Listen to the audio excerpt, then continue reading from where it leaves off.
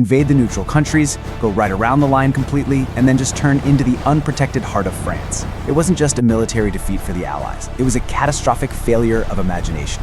The Allied armies were shattered, pushed all the way back to the sea at a place called Dunkirk. The evacuation that followed, where a whole flotilla of civilian boats helped rescue over 338,000 soldiers from the beaches, was hailed as a miracle back home. But Winston Churchill, he understood the grim reality. As he famously said, wars are not won by evacuations. This was no victory. It was the direct consequence of a total and humiliating defeat on the continent. So, with France defeated, Hitler now controlled most of Western Europe. Only Britain remained defiant.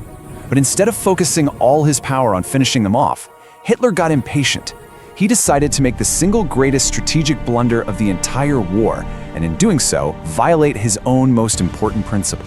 His ultimate obsession, his primary goal, had always been the destruction of the Soviet Union. His generals pleaded with him. Britain was still a threat, and opening a second front was strategic suicide. But Hitler was completely blinded by his ideology.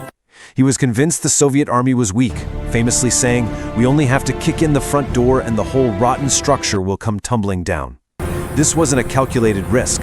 It was a colossal gamble, driven purely by arrogance. On June 22, 1941, he launched Operation Barbarossa.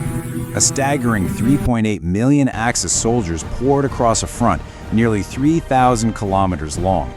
It was, and still is, the largest land invasion in human history.